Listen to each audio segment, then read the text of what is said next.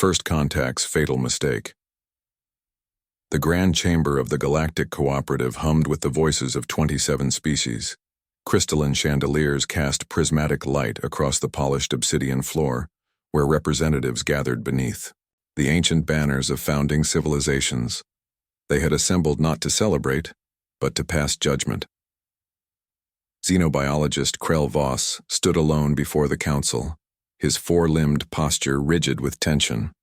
6 cycles of studying Earth had left the mentor researcher with a deep understanding few others possessed. He watched as High Administrator Telva addressed the gathering. The human vessel Endeavor destroyed a Vexari science ship, Telva announced, her translucent tendrils rippling with indignation. They claim it violated their territorial boundary, but the coordinates were in neutral space. This primitive species cannot be allowed to interpret galactic law as they see fit.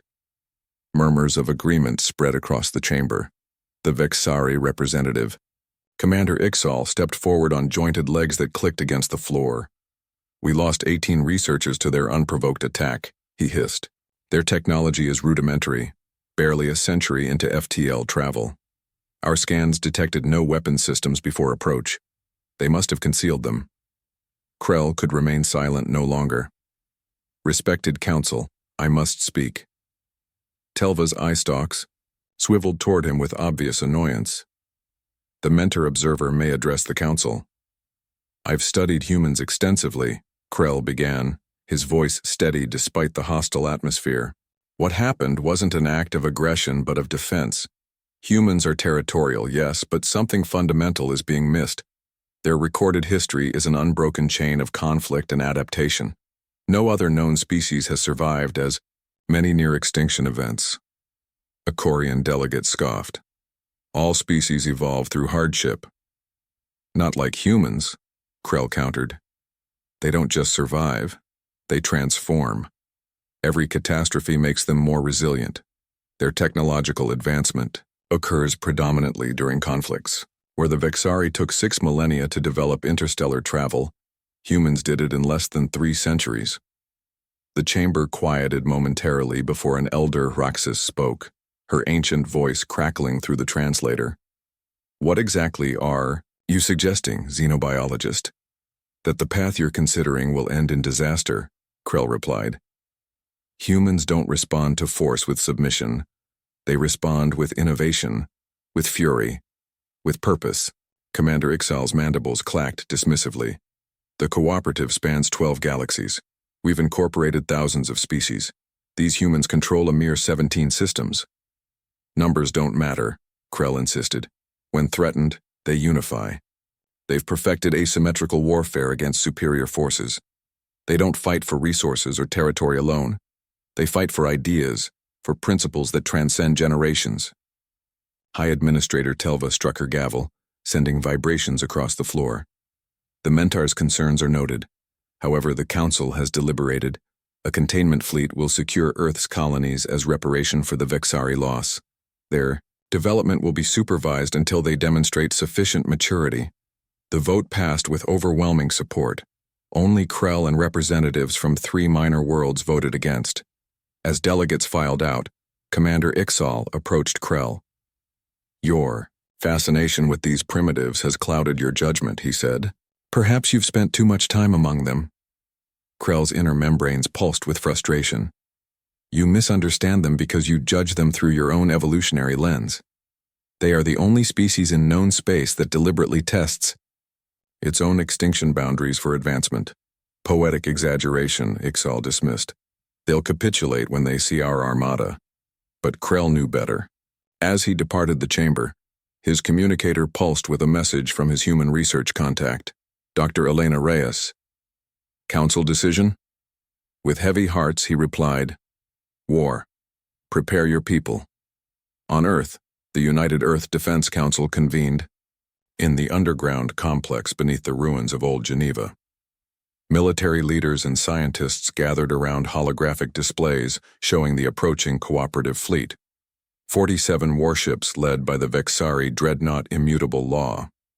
Admiral Sophia Chen studied the projections with practiced calm. "How long until they reach Mars?" 36 hours, replied General Okonkwo. Our outer colonies have already begun evacuation protocols. Dr. Elena Reyes entered, her expression grim. I just received confirmation from Krell. The cooperative voted for containment, their euphemism for occupation. Admiral Chen nodded. As expected, are the stealth platforms in position? All 73 are deployed and dormant, confirmed Director Kazuo Tanaka, head of special projects. The Phantom Protocol is ready. Our surface defenses will perform. Exactly as projected, impressively inadequate. Elena frowned. We're really going through with this, sacrificing our outer colonies. Not sacrificing, Admiral Chen corrected. Strategic withdrawal. Every colonist is either evacuated or part of Umbra Division. Mars will fall exactly as we've planned. Director Tanaka activated a secondary display showing schematics of microscopic machines. Phase 1 nanosites are already embedded in every piece of technology we've allowed them to scan. The moment they attempt to integrate our systems, they'll be compromised, completed General Okonkwo. Every transmission intercepted, every command structure infiltrated. Admiral Chen turned to face the assembled leadership. For 3 years, we've maintained the appearance of technological inferiority while building our true capabilities in darkness.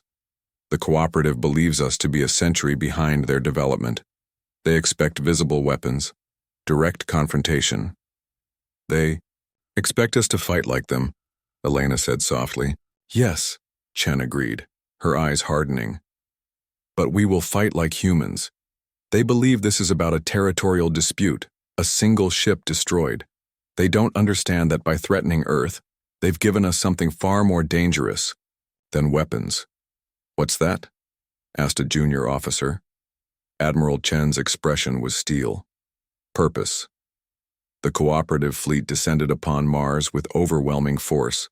Orbital defenses fell within hours, appearing to malfunction or simply power down. Ground forces surrendered with minimal resistance. Vexari commanders were perplexed by the ease of their victory. Admiral Drax of the Vexari stood on the bridge of the immutable law, watching as his forces secured the human colony. Status report. Orbital platforms neutralized. Civilian centers secured. Minimal casualties, reported his second. The humans appear cooperative. Too cooperative, Drax mused. Where is their famous tenacity? Their unpredictability? Perhaps the Mentor exaggerated, the officer suggested. Perhaps. Drax wasn't convinced. And Earth? Silent. No transmissions, no movements. Their defensive grid powered down when we entered the system. The Council predicted they would recognize superior force and yield, Drax said slowly. Yet something feels wrong. In the darkness of space behind them, invisible to cooperative sensors, the first of humanity's true defenses activated. Microscopic machines began their work, infiltrating cooperative systems through components the humans had strategically surrendered. The humans weren't fighting back, they were letting the enemy in. The silent response commander Telex of the Korean Guard strode through the gleaming corridors of Phobos Station, the former human outpost now serving as cooperative headquarters for Martian operations. 3 solar cycles had passed since the swift occupation, and the transition had proceeded with unexpected smoothness.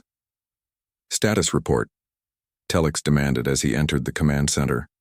Officer Nexar tapped rapidly on the holographic interface. Minimal insurgent activity in the southern quadrant. 7 human dissidents apprehended attempting to access communication arrays. Their primitive encryption was easily broken. Telex nodded, mandibles clicking thoughtfully. The humans continue to disappoint. Where is the resistance xenobiologist Krell warned about? He gestured toward the central display showing Earth's clouded sphere. And still no response from their homeworld. High Command interprets their silence as acceptance of reality, Nexar replied. The Council will vote next cycle on the extent of technological restrictions for human development. And the Vexari vessel? The immutable law continues its patrol of the asteroid belt. Admiral Drax reports no significant findings, though they've lost contact with 2 scout ships near the Kuiper region. Telex's eye membranes pulsed with mild concern. Lost contact? Likely interference from solar radiation. The humans settled this system precisely because its star produces unusual electromagnetic patterns. Perhaps. Telex turned as the door whispered open. Security Chief Mox entered, his normally iridescent scales dulled with fatigue. Commander, we've detected anomalies in the environmental systems, random fluctuations in oxygen levels, temperature variances of 0.3 degrees. Equipment malfunction? Our technicians found nothing, but Mox hesitated. 3 engineers reported hearing sounds in sealed chambers, footsteps, breathing. When investigated, the areas were empty. Telex dismissed this with a wave. Psychological adjustment to lower gravity. Have the medical unit distribute stabilizers. There's more. Mox continued reluctantly. The surveillance logs from sections 12 through 17 show inconsistencies. Timestamps don't align. Some footage appears to repeat. Human sabotage? Impossible. Nexar interjected. Their technology cannot interface with our quantum systems. Telex pondered this. Increase security rotations and inform Admiral Drax of these curiosities. In the shadows of Phobos Station's maintenance tunnels, Lieutenant Maya Ochoa moved silently, her active camouflage suit bending light around her form. Her breath came slow and measured through the microscopic filtration system that rendered her undetectable to cooperative scanners. She paused at a junction, placing a small device against the wall. The quantum resonator would disable surveillance for precisely 40 seconds, long enough to cross the exposed corridor ahead. As she moved, she passed a Corian guard who stared directly at her invisible form, sensing something but seeing nothing. Maya reached her destination, a primary junction box for the station's neural network. She extracted a capsule no larger than her fingernail and inserted it into the cooling system. The nanites would spread through the station's circulatory systems, gathering data, inserting carefully crafted code fragments. Phantom 6 to Umbra Actual, she sub-vocalized, the signal carried through bone conduction rather than airwaves. Package delivered, moving to extraction. The voice that responded in her implant was calm, methodical. Confirmed, Phantom 6. Phase 2 initiated. Return to shadow. Throughout the solar system, similar operations were underway. On Earth, the appearance of submission masked feverish activity. Underground facilities hummed with production while the surface remained eerily quiet. In hidden shipyards inside, hollowed-out asteroids, vessels of a design the cooperative had never encountered, were reaching completion. Admiral Drax reviewed the latest reports with growing unease. 3 more scout ships had gone silent. Environmental systems across 5 cooperative bases reported malfunctions. Communications experienced increasing delays and distortions. Explanations? He demanded of his science officer. Multiple possibilities. Admiral, solar flares, equipment degradation due to unfamiliar environmental factors, or human interference. Drax finished. That seems unlikely, Admiral. Our technology is centuries beyond their capabilities. Is it? Drax pulled up footage from an incident the previous day. A sealed chamber on the immutable law had decompressed inexplicably. No breach was detected, yet the pressure had dropped to 0 in seconds. Explain this. The science officer studied the data. System malfunction. The sensors show nothing, Drax interrupted. No alarms, no warnings. The chamber simply emptied. A coincidence of mechanical failures. And this? Drax displayed another recording, a corridor where for precisely 3 seconds, all figures vanished from the surveillance feed. When they reappeared, a Vexari officer was missing. He was later found unconscious in his quarters, with no memory of how he'd gotten there. The science officer's appendages twitched nervously. I cannot explain this. Contact High Command, Drax ordered. Request additional security protocols and double the patrols around Earth's orbital space. As the officer moved to comply, the lights throughout the bridge flickered momentarily. The holographic displays wavered, then stabilized. Drax felt a chill ripple through his exoskeleton. Admiral, called the communications officer, we're receiving a transmission. Source? Unknown. It's everywhere, on all frequencies. On screen. The central display activated, showing only darkness. Then slowly words appeared, translated into all cooperative languages simultaneously. We gave you a chance to leave. The message lingered for precisely 5 seconds before the screens went dark. Trace it, Drax commanded. Impossible, sir. It came from inside our systems. In the council chamber, emergency sessions had been called. Representatives from all cooperative species gathered as reports flooded in from across occupied human territory. High Administrator Telva addressed the assembly, her usual confidence noticeably diminished. The human situation has evolved. We face unusual resistance patterns, Commander Ixal rose. Not resistance, terrorism, psychological warfare. 3 supply convoys have vanished without trace. Surveillance systems malfunction. Personnel report hallucinations, paranoia. Araxis Elder spoke, voice quavering. The humans have offered no formal resistance, launched no counterattacks. Yet our forces report being watched, hunted. Krell, Voss stood silent in the observer's gallery, his expression unreadable. When finally addressed, he spoke quietly. I warned you. Humans don't fight wars of territory or resources. They fight wars of extinction, theirs or yours. Explain these phenomena, Telva demanded. I cannot, Krell replied. But I know what humans do when threatened. They transform, adapt, become something new. He paused. I suspect what you're witnessing is not their technology as we understand it. It's what they created specifically to counter yours. Impossible, Ixal insisted. Their development level is exactly what they wanted you to believe it was, Krell finished. The humans knew you were watching. They showed you what they wanted you to see. The chamber fell silent as implications settled over the assembly. Finally, Administrator Telva spoke, her voice hard with determination. We control their colonies, their orbital platforms, their resource outposts. Whatever tricks they're employing, the outcome is inevitable. Krell shook his head slowly. You still don't understand. You haven't won anything, you've merely been measured. Measured, studied, analyzed.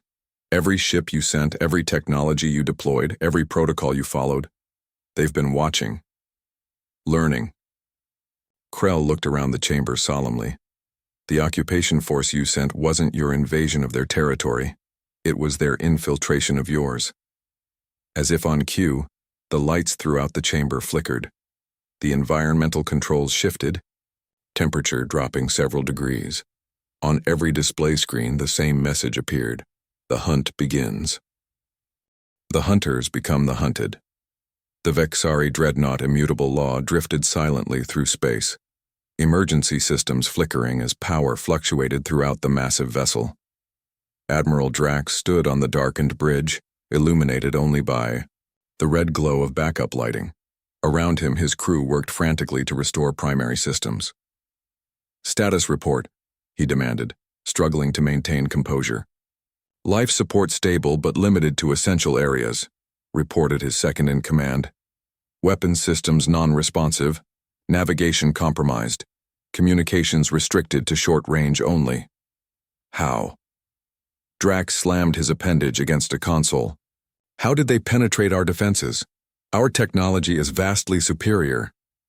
The science officer approached cautiously. Admiral, we've completed the analysis of the foreign particles found in our atmospheric processors. He hesitated. They're mechanical. Artificial constructs at the microscopic level, but unlike anything in our databases. Show me. The display revealed tiny machines, each smaller than a cellular structure, moving with deliberate purpose through ship systems. They've been aboard for weeks, possibly months, the science officer continued. Dormant until activated, they appear to have self-replicated using materials from our own systems. Nanoscale technology? Drax's outer membranes pulsed with disbelief. The humans possess this capability? Apparently so, and there's more. The officer's voice lowered. We've detected similar constructs in tissue samples from the crew. Drax froze. What? They're in our bodies, Admiral. Monitoring, perhaps controlling, and based on transmission patterns they've been sending data to somewhere. The implication struck Drax with horrifying clarity. The cooperative hadn't just been watching humans. Humans had been watching them. From inside their own ships. Their own bodies. Fleet status? He asked hoarsely. 17 vessels have gone completely dark. 23 report similar systems failures. The remaining 9, the officer hesitated. Speak. They report unexplained visual phenomena, sounds without sources, equipment operating without commands. Drax stared out the viewport at the stars. And Earth? Still silent, Admiral. No transmissions. No movement. A junior officer approached. Admiral, we've accessed emergency archives. There's something you should see. The screen flickered to life, showing historical records of human conflicts.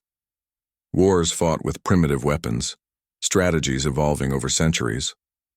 Drax watched with growing horror as the pattern became clear. Humans fighting asymmetrically, against superior forces adapting, using the environment, psychology, stealth. They never intended to match our technology directly, Drax realized aloud. They simply found its weaknesses and exploited them. Admiral, the sensor operator's voice cracked with alarm. Movement detected. The view screen shifted to show the space around them. Where moments before there had been emptiness, now hundreds of vessels appeared, materializing as if from nowhere. Ships unlike any cooperative design, angular, predatory, their surfaces seemingly absorbing rather than reflecting light. Impossible, whispered Drax. Our sensors would have detected. Sir, they're broadcasting on all channels. The message was simple, translated into perfect Vexari. Your ships are already ours. Your technology is compromised. Your chain of command is severed. You have one opportunity to retreat. In the council chamber, panic had given way to grim acceptance as reports flooded in from across cooperative space. Colonies under human occupation had gone silent. Military installations reported catastrophic systems failures. Fleets lost contact with command. High Administrator Telva addressed the assembly, her once confident posture now bent with the weight of impending defeat. The cooperative faces an unprecedented situation. The humans have revealed capabilities far beyond our estimates. Their counterattack has been, she searched for the right word, methodical. Commander Ixal, now missing 2 of his limbs, after an accident aboard his flagship, spoke with barely contained fury. This is not warfare. This is infiltration, sabotage. They violated every protocol of civilized conflict. Krell Voss, still present as the mentor observer, finally spoke. They followed your example, Commander. You came to their home, threatened their existence, and expected them to fight according to your rules. He surveyed the chamber. Humans don't recognize the concept of civilized conflict. To them, survival negates all other considerations. A holographic projection appeared in the chamber's center without authorization. A human figure materialized. A woman in a simple black uniform without insignia or rank. I am Admiral Chen of Earth Combined Defense. I speak directly to the Cooperative Council. Guards moved to interrupt the transmission but found their weapons unresponsive. Your occupation forces are disabled, Admiral Chen continued, her voice calm and measured. Your command structures are compromised. Your technology is in our control. Administrator Telva straightened. What are your demands? We have none. This is not a negotiation. It is instruction. Chen's expression remained impassive. You will withdraw all forces from human space immediately. You will acknowledge our sovereignty and our right to defend ourselves. You will never again attempt to limit our development or control our destiny. And if we refuse? Ixal challenged. Then we continue what we've started. Chen's eyes hardened. We've spent years studying your species, your technology, your vulnerabilities. We've mapped every weakness in your systems, your biology, your psychology. We can disable your ships without destroying them. We can remove your ability to wage. or without taking a single life. The chamber remained silent as the implications settled. You mistake our restraint for mercy, Chen continued. It is not. We simply recognize that extermination would be wasteful, but make no mistake.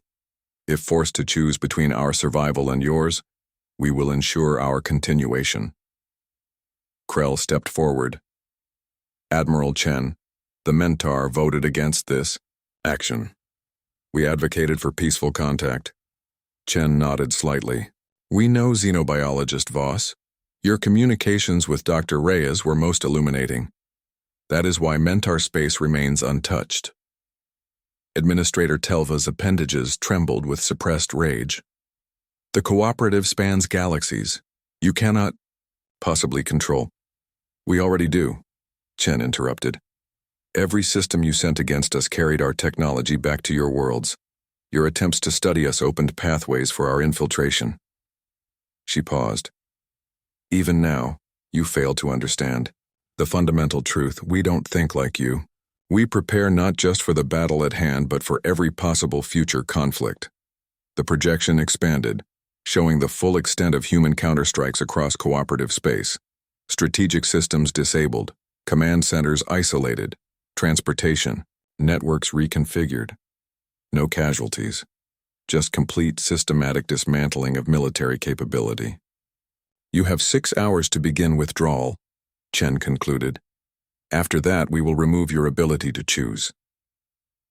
The projection vanished, leaving the council in stunned silence.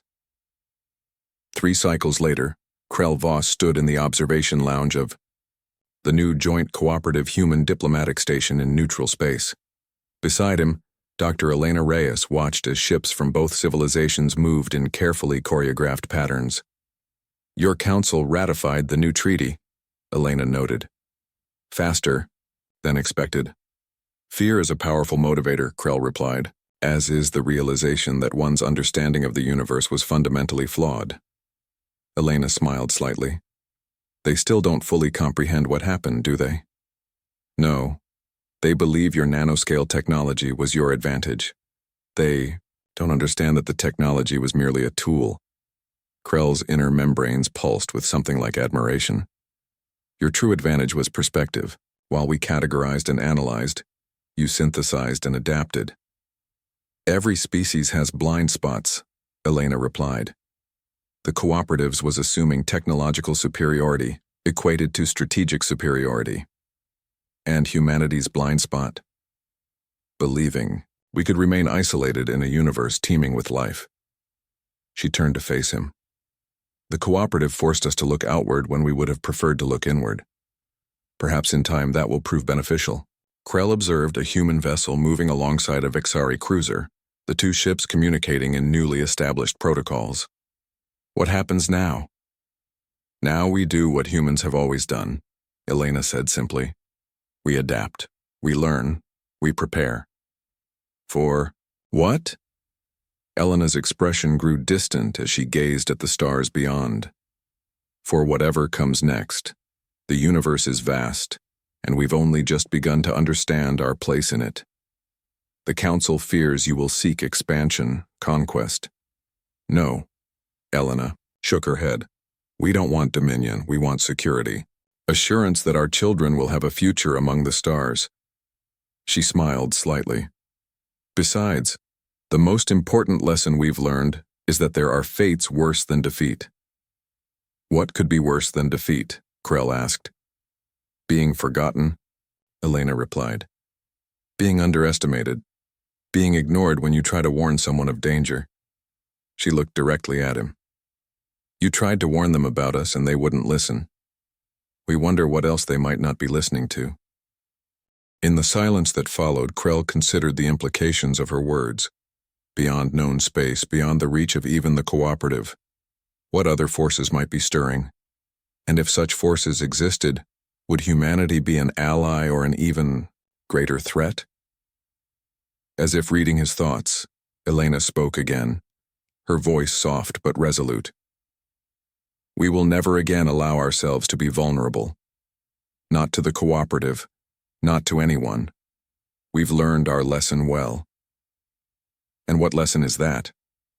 Krell asked. That in the darkness between stars, it's better to be the hunter than the hunted.